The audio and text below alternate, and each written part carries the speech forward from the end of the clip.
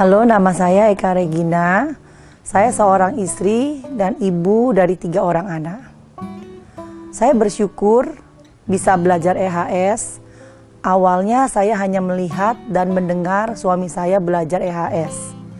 Sampai suatu saat saya melihat perubahan emosi di suami saya.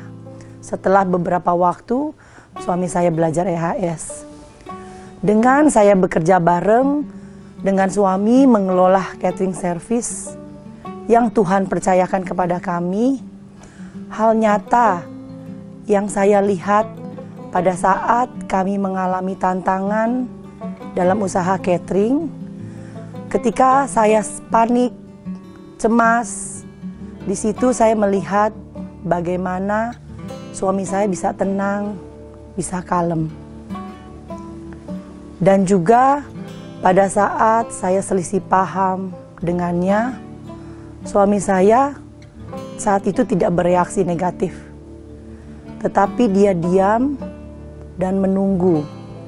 Sampai saya reda emosinya, baru suami saya bicara dan sampaikan apa yang dia rasakan. Setelah saya melihat perubahan di suami saya, akhirnya saya memberanikan diri untuk bicara ke Apostle Indri kalau saya juga mau dituntun untuk emosi saya bisa sehat. Awal saya belajar EHS dengan buku panduannya day by day, saya bingung dan tidak mengerti.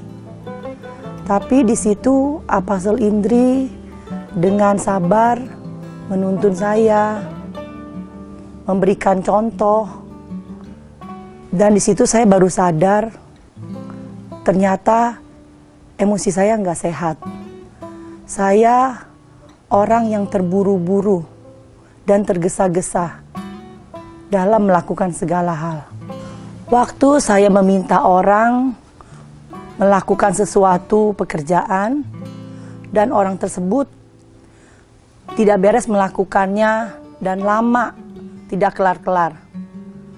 Akhirnya saya kerjakan sendiri dan saya capek sendiri. Saya jadi pemarah, emosi saya jadi bocor. Akibatnya orang di sekitar saya akan kena amarah. Dan tanpa sadar, saya melukai orang di sekeliling saya dengan perkataan saya, dan juga dengan sikap saya. Bertahun-tahun saya lakukan hal tersebut tanpa sadar kalau ternyata jiwa saya tuh tak sakit. Pada saat jiwa saya sakit, akibatnya tubuh saya juga jadi sakit. Saya ada hipotiroid dan setiap kali saya marah-marah, stres, hormon tiroid saya jadi naik. Dan selang beberapa waktu kemudian, jantung saya detaknya jadi tidak teratur. Istilah kedokterannya aritmia. Dan itu cukup membuat saya terganggu. Dan beberapa kali saya pergi untuk check up ke dokter jantung, dan dokter jantung mengatakan tidak ada apa-apa dan normal. Mungkin saya stres. Dengan saya melakukan ritme baru, berada bersama Tuhan setiap hari, saya baru sadar akan kehadiran Tuhan di dalam hidup saya setiap saat. Saya bisa lakukan pekerjaan saya dengan tenang, dengan santai, sukacita, dan saya bisa menghargai orang lain. Saya mulai punya rasa empati kepada orang lain. Tuhan berikan saya firman di Yesaya 30 ayat 15. Sebab beginilah firman Tuhan Allah yang Maha Kudus, Allah Israel. Dengan bertobat dan tinggal diam, kamu akan diselamatkan. Dalam tinggal tenang dan percaya, terletak kekuatanmu, tetapi kamu enggan. Dengan saya bertobat, saya menyadari kalau saya ini orangnya terburu-buru, tergesa-gesa, temperamen.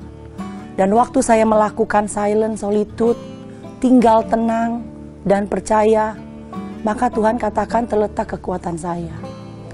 Dan puji Tuhannya, sampai hari ini saya alami juga kesembuhan secara fisik, di mana jantung saya tidak lagi alami yang namanya debar-debar, dan hormon tiroid saya kembali normal.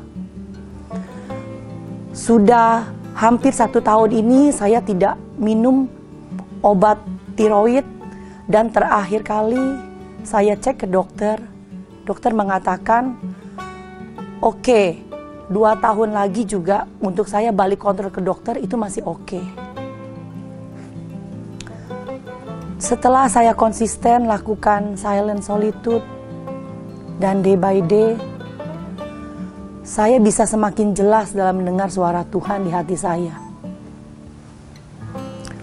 Kondisi itu jelas pada waktu saya melayani sebagai ministry team di Treasureland, di mana saat itu tim Treasureland banyak mengalami perubahan, dan semua tim di teacher mengundurkan diri, tidak lagi melayani. Di situ saya tergerak untuk bisa melayani sebagai teacher di Treasureland. Tapi melihat kemampuan dan pengalaman saya belum pernah melayani sebagai teacher di Treasureland.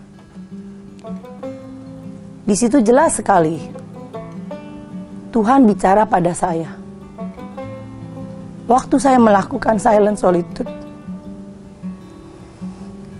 Tuhan berikan firman di 1 Korintus 1 ayat 27. Tetapi apa yang bodoh bagi dunia dipilih Allah untuk memalukan orang-orang yang berhikmat. Dan apa yang lemah bagi dunia dipilih Allah untuk melakukan apa yang kuat. Dan apa yang tidak terpandang dan yang hina bagi dunia dipilih Allah. Bahkan apa yang tidak berarti dipilih Allah untuk meniadakan apa yang berarti. Saya sadar akan keterbatasan saya, dan saya bawa keterbatasan saya kepada Tuhan setiap hari. Pada waktu saya melakukan silent solitude, saya hanya bilang, Tuhan, ini keterbatasan saya. Saya mau sehingga keterbatasan saya menjadi berkat buat orang lain. Saya berdoa, kesaksian saya menguatkan teman-teman semua. Kita perlu sediakan waktu untuk berdiam diri dalam hadirat Tuhan. Jangan sampai kita sibuk dan terburu-buru sampai hubungan pribadi dengan Tuhan, dengan pasangan kita, dan anak-anak kita menjadi dingin. Dan seluruh hari-hari kita hanya kita sibuk untuk mengurusi pekerjaan kita dan sedikit acara gereja. Tapi waktu bersama Tuhan diterlantarkan, diabaikan. Bagaimana kita dapat mengenal Tuhan? Mari saya mendorong setiap Anda untuk sediakan waktu setiap hari sesering mungkin untuk bisa datang ke Tuhan, sampai Anda bisa peka akan kehadiran Tuhan di dalam kehidupan Anda, karena namanya Immanuel, Allah beserta kita. Tuhan memberkati.